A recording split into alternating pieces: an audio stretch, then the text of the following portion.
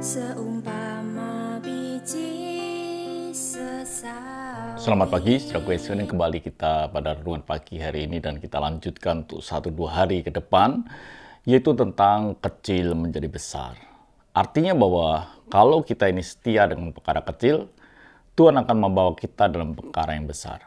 Dan kemarin kita telah melihat apa yang Daud lakukan. Dia lakukan dengan sungguh-sungguh. Dia tidak asal-asalan untuk memilih batu dari dasar sungai untuk mengalahkan Goliat. Saudaraku yang kasih Tuhan, apa yang terdapat di dalam Daud sehingga dia bisa dari kecil menjadi besar?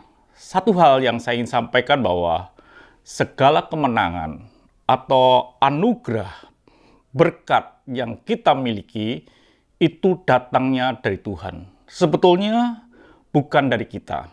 Kita ini hanya melaksanakan, tetapi kemenangan itu datangnya dari Tuhan. Dan pagi ini kita akan melihat bahwa Daud ini selalu mengandalkan Tuhan, baik dalam perkara kecil maupun dalam perkara besar. Seringkali dalam hidup kita ini ketika kita mengerjakan hal yang sepele, kita lupa mengandalkan Tuhan. Nanti ketika ada masalah besar dan kita tidak bisa menghadapi, baru kita berteriak kepada Tuhan. Tapi kita melihat bahwa Daud ini sejak dia melakukan perkara yang kecil, dia sudah mengandalkan Tuhan. Dan ketika dia menghadapi Goliat pun, bagi Daud cukuplah dia percaya untuk mengandalkan Tuhan. Kita lihat ayatnya dalam 1 Samuel 17 ayat yang ke-37. Pula kata Daud, Tuhan yang telah melepaskan aku dari cakar singa, dari cakar beruang, dia juga akan melepaskan aku dari tangan orang Filistin itu. Kata Saul kepada Daud, pergilah, Tuhan menyertai engkau.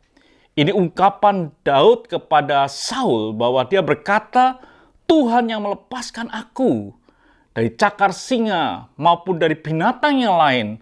Tuhan yang sama akan melepaskan aku dari orang Filistin.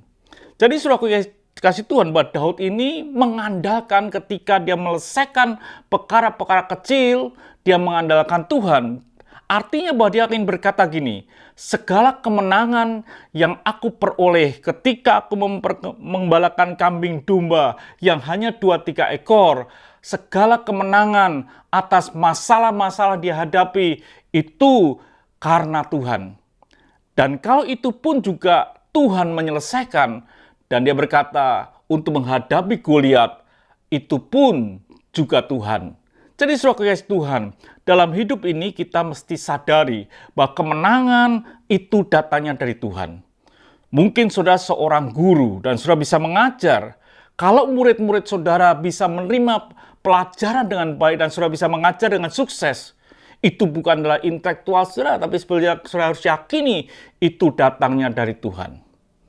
Kalau saudara seorang dokter, saudara bisa memberi pengobatan dan pasien saudara menjadi sembuh, semata-mata itu karena Tuhan, bukan kepandaian dan obat yang saudara berikan. Jadi saudara kasih Tuhan dalam hidup ini, kita harus mengandalkan Tuhan. Dikatakan lagi dalam 1 Samuel 17 ayat yang ke-45. Tetapi Daud berkata pada orang Filistin itu, engkau mendatangi aku dengan pedang dan tombak dan lembing.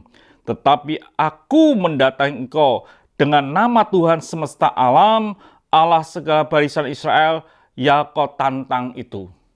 Sekalipun Daud membawa batu licin yang untuk umban, tetapi tetap dia berkata, aku mendatangi engkau dengan nama Tuhan. Jadi saudara kasih Tuhan, biarlah hidup kita ini kalau saudara ingin sampai dalam perkara yang besar. Ketika saudara melakukan hal-hal ini yang mungkin rasanya remeh, lakukanlah dan yakini bahwa itu berhasil karena Tuhan, bukan kekuatan kita. Kemenangan, keberhasilan bukan karena dari diri kita, tetapi dari Tuhan yang membuat kita menang. Tuhan memberkati. Sampai jumpa esok pagi. Mari kita berdoa. Terima kasih Bapa. Kami sadar kemenangan itu datangnya dari Engkau, bukan dari kekuatan kami atau kepandaian kami. Terima kasih Bapa. Dalam nama Tuhan Yesus Kristus kami sudah berdoa dan mengucap syukur. Haleluya. Amin. Tuhan memberkati.